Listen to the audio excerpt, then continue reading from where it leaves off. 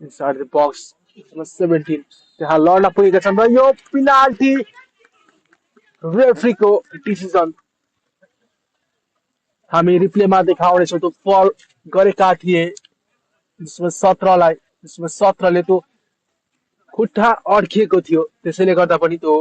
पेनाल्टीको decision रेफ्रीको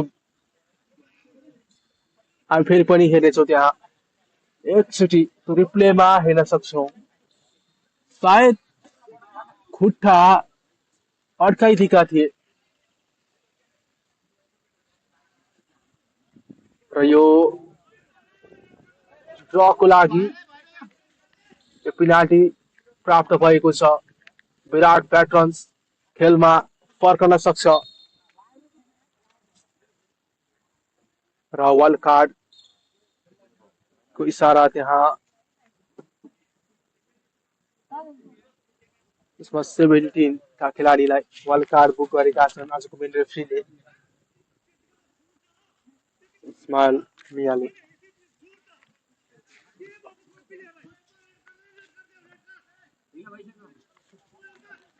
र denim Rai penalty सुटआउटको लागि तयार भएका छन्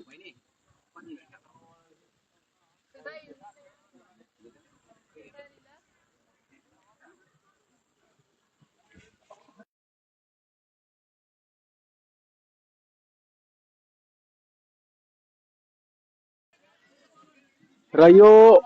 अझै पनि खुसी छैनन् त्यहाँ इस्माइली मिया रेफ्रीसँग केही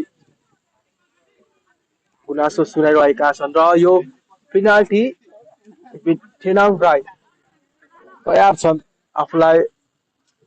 आफ्नो टिमलाई फर्काउन चाहन्छन् खेलमा डेनम राईको यो पेनाल्टी सुटआउट